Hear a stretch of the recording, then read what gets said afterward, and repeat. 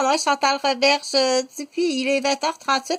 Donc, j'ai fait beaucoup de vidéos aujourd'hui, le 25 octobre de l'an 2021 ou 2021. Faut que je m'habitue à le dire de cette façon-là. On est à l'an 2021. Le 25 octobre, il est 20h39. Je vais te faire la lecture d'un réseau juridique du Québec, le RJQ, que j'ai trouvé. Tu peux l'utiliser pour apprendre à parler en français, puis en même temps aussi pour comme en tant que connaissance. Une arrestation, que faire maintenant? Point d'interrogation. Le maintenant, moi je vais essayer de pas trop être critique là. Texte de juriste média vérifié par maître Myriam Tabet, avocate au cabinet Myriam Tabet de Québec. Le contenu, introduction, plainte et enquête, avant l'arrestation, qu'est-ce qu'une arrestation? Pouvoir d'arrestation, qui est un agent de la paix? Des types d'arrestation. Arrestation effectuée par un citoyen ordinaire. Arrestation par un agent de la paix. L'arrestation sans mandat. L'arrestation avec mandat. Droit garanti par la charte. Éléments accessoires et arrestation. Identification. Résister à son arrestation. Identification, résister à son arrestation, fouille consécutive à l'arrestation et usage de menottes, transport au poste, centre opérationnel, rencontre avec l'enquêteur, remise en liberté, détention à la demande de l'enquêteur, obligation d'un avocat de la défense. Ouais.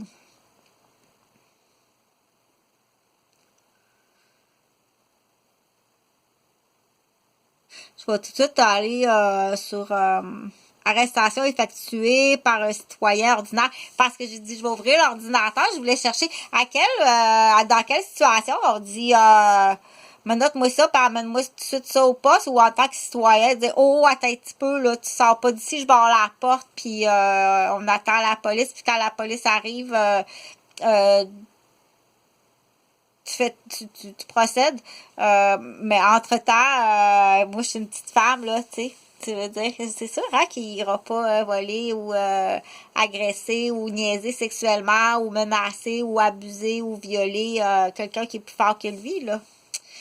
Donc, arrestation effectuée par un citoyen ordinaire. Le code criminel prévoit de toute personne peut arrêter sans mandat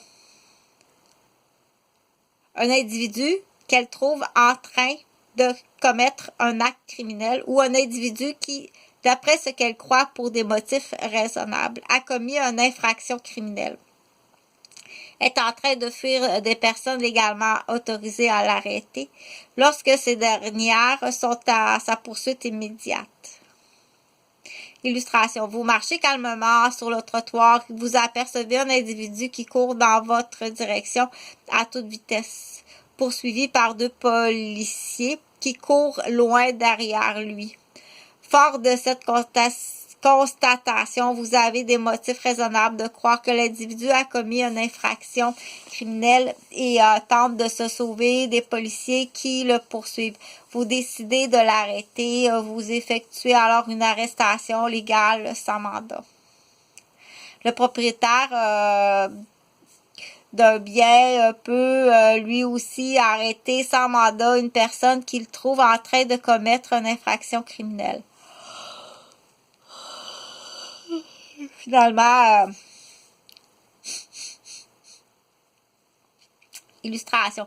Vous voyez un individu qui donne un coup de pied sur la portière de votre voiture neuve et reprend sa route. Vous le rejoignez et le maîtrisez en lui expliquant que vous êtes le propriétaire du véhicule qu'il vient d'endommager, que vous ne le laisserez pas partir tant que la police ne sera pas arrivée. À nouveau, vous avez effectué une arrestation légale sans mandat. Donc, ça, c'est l'arrestation effectuée par un citoyen ordinaire. Dans ce cas, comme dans celui qui précède, le citoyen qui a effectué une telle arrestation sans mandat est cependant tenu de livrer aussitôt cette personne à un agent de la paix. Est tenu de livrer aussitôt cette personne à un agent de la paix. Dans le cas contraire, une détention prolongée de la personne arrêtée risquerait de se transformer en séquestration.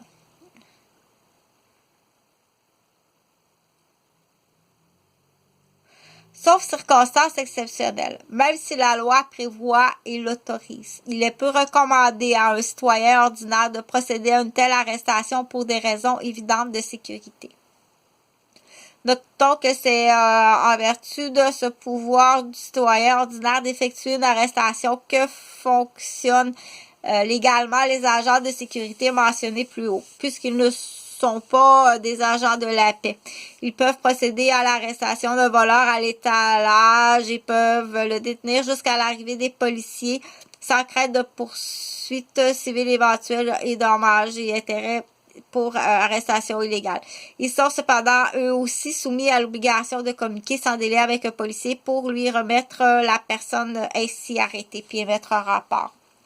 Si t'as pas d'autre façon de le communiquer, toutes les façons possibles ont été faites, puis tiens, je suis passée par la porte de côté parce que la porte d'en avant,